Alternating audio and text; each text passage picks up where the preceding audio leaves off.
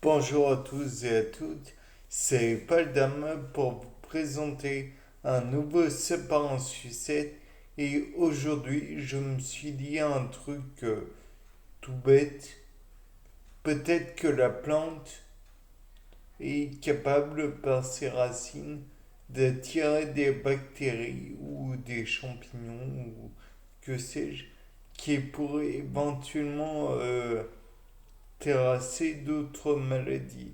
Et pour ce faire, elle pourrait prélever dans le sol tout ce dont elle utilise et laisser en revanche tout ce qu'elle n'utilise pas, mais qui pourrait permettre la, la vie de d'autres bactéries, quoi, ou champignons. Mais la question est, est-ce qu'elle pourrait produire des substances aussi qui pourraient être encore plus attirantes pour la bactérie ou le virus aussi, ou le champignon ou tout autre être vivant qui pourrait venir et faire une symbiose avec la racine. Après tout, on a déjà vu des racines et voir une symbiose avec des champignons. On appelle ça une mycorhize. Mais ce que l'on pourrait envisager aussi, c'est que il y ait aussi d'autres, comment dire, d'autres plantes qui pourraient venir auprès de celles d'intérêt. Et donc, peut-être pourrait-elle apporter une certaine, comment dire, protection, ou alors pourrait apporter d'autres avantages plutôt, tels que une cicatrisation plus rapide. Après tout, ça s'est déjà vu on a déjà vu auprès des vignes que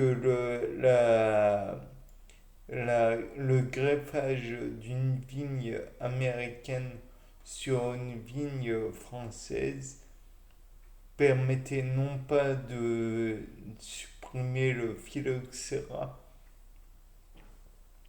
mais permettait de cicatriser plus rapidement cette vigne qui avait été endommagée par cet insecte piqueur-suceur, je crois.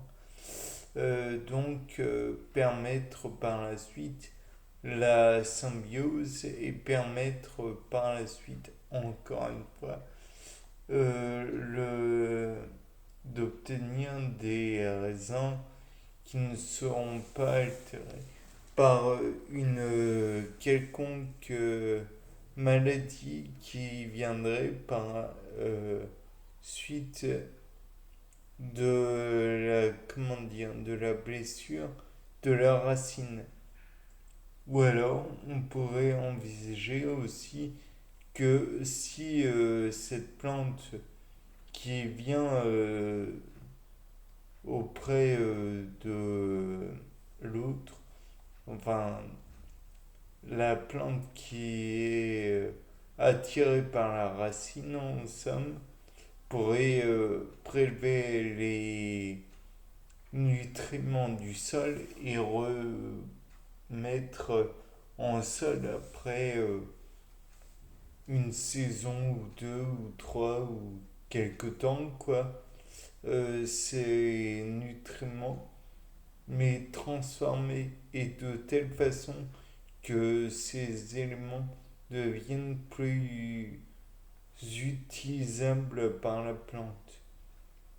Bien sûr, il est aussi envisageable que cette plante puisse repousser aussi les ennemis, puisque les prédateurs, ennemis prédateurs, enfin bref, puisque ceux-ci pourraient chercher à manger la racine plutôt que le reste de la plante et pourrait par la suite endommager irréversiblement le végétal. Il pourrait même le condamner peut-être à une infection qui conduirait par la suite à la mort du végétal tout entier. Et peut-être pourrait-il y avoir aussi une, comment, un, une création entre guillemets de logettes par la racine qui protégerait l'insecte ou tout autre arthropode pour permettre qu'il puisse se enfin être recouvert, être protégé.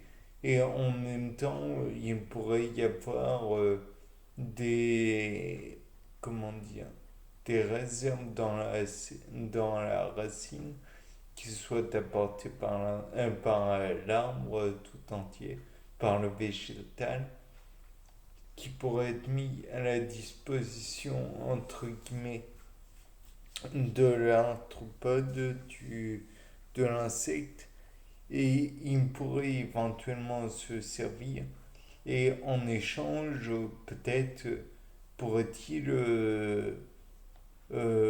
broyer ou défendre plutôt les ennemis de, du végétal et de la racine qui est mise à nu.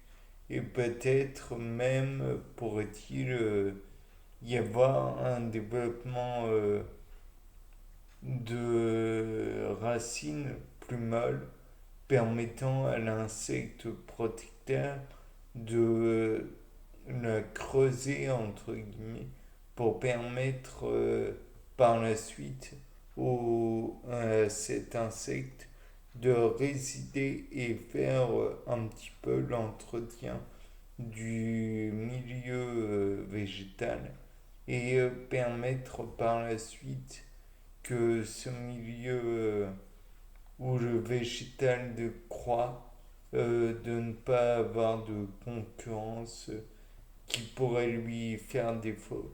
Retirer les mauvaises herbes ou retirer des plantes parasites qui pourraient, là encore une fois, lui causer des problèmes et même le mener à une mort quasi certaine. Il est envisageable aussi qu'il empêche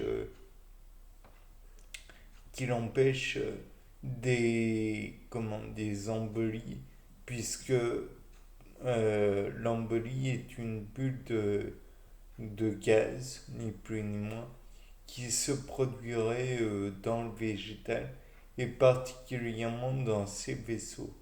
Donc en piquant dans le vaisseau, peut-être il va prélever de la sève, mais peut-être aussi qu'il va prélever la bulle de gaz ou donner une sortie à cette bulle de gaz qui serait délétère dans d'autres cas de figure pour le végétal. Bien sûr, tout cela n'est qu'une somme d'hypothèses et je pense qu'elles peuvent être mises encore une fois euh, entre guillemets ou de côté pour au cas où pour expliquer des phénomènes qui se passeraient. De plus, on peut envisager que dans le tubercule qui pourrait être aussi collé aux racines, il y ait une embolie. Donc là, encore une fois, l'insecte piqueur suceur ou insecte symbiote ou mutualiste, ou que sais-je, pourrait venir pour prélever ce gaz qui serait délétère pour le tubercule et même le végétal tout entier. Bien, c'était pas le dame pour un nouveau sapin en sucette. Au revoir.